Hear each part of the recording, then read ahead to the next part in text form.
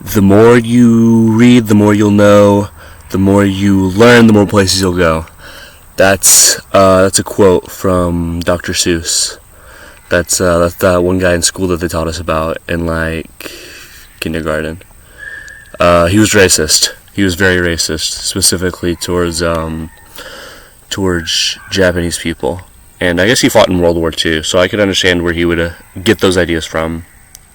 Not to say that they're right though, because I find it ironic because if you followed that doctrine and if he took time to learn more, he'd have realized that his stereotyping and his racism was stupid. And I find that interesting and funny how you can just say something and then not follow what you did. And I mean, I'm the same way. I'm shameless, but yeah, racism. It's not good. I think, like I said with Dr. Seuss, I think it does stem from uneducation or from a lack of knowledge. And in areas that I live in, well, I'm not going to say where I live, but I live in a rural area, and so racism is kind of just the norm with most people. And it's kind of interesting to have a different view on that than most people around you, because then you can tell it's on education. And yeah, I have a brother who's half black, and I think that might have contributed to me I'm not racist because I have a half black brother, but I think that definitely contributed to my ideals, and it gave me more knowledge about it. And like I said earlier, it's more of uneducation than it is unintelligence. It's like a lack of knowledge that I think leads to racism. And the difference is knowledge is things that you know, so you can know a lot of things, and that makes you knowledgeable. And intelligence is how well your brain works, how well you are at doing things, at using logical thinking, things like that. And I think they can exist separately, but they can also coexist. And I think they can lead to each other too. I think being intelligent can make you more knowledgeable, and being knowledgeable can make you more intelligent. But they definitely can coexist, and they definitely can exist separately. And I find it interesting how people can be like that. How you can be knowledgeable and not intelligent, or intelligent but not knowledgeable. And I especially find it interesting that a lot of times they don't coexist. I think a big reason for having low knowledge or not knowing as much is because people dislike learning, and especially in the U.S. where I live, people really dislike learning.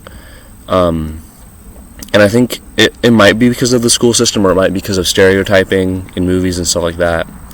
But I've always loved learning ever since I was young. I don't know how to explain it.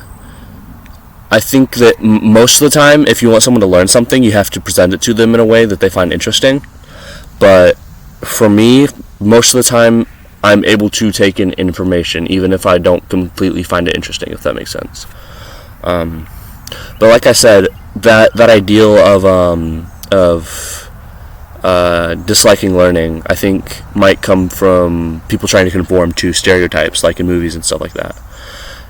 I find that interesting too. I find conformity interesting because there's people who conform, and there's people who don't conform, and usually people who don't conform try really hard not to conform, and what they don't realize is that they're conforming still, just in the opposite direction from the other people. It's kind of like positive numbers and negative numbers. They're both the same distance from zero. They're just, one's positive, no one's negative.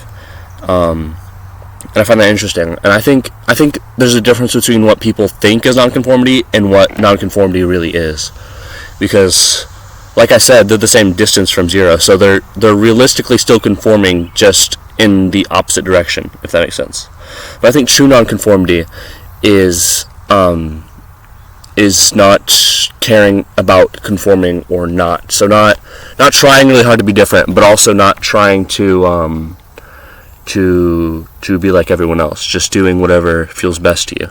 And I think if you are a true nonconformist like that, people will grow to hate you, because especially over here in the U.S., we have this Western ideal of hero versus villain, and most people want to see themselves as a hero, and so they want to see everyone who is against them in any way as a villain, if that makes sense.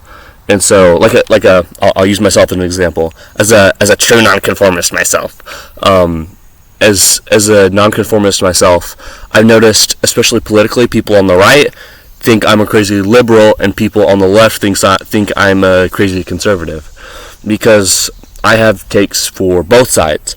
But if I don't completely agree with one side or with the other, they assume that I am automatically the villain and that I'm automatically on the other side. And I think that if you realize that there's no heroes or villains in life, and if you grow to realize that you are not a hero or a villain, then you can grow to love yourself. And when you get to that point, you kind of stop caring about what other people think about you. And like I said, no matter what you do, people are going to dislike you. If you're on one side, people are going to dislike you. If you're on the other side, people are going to dislike you. If you're in the middle, people are still going to dislike you. So I think the best thing to do in life is just to do what makes you happiest.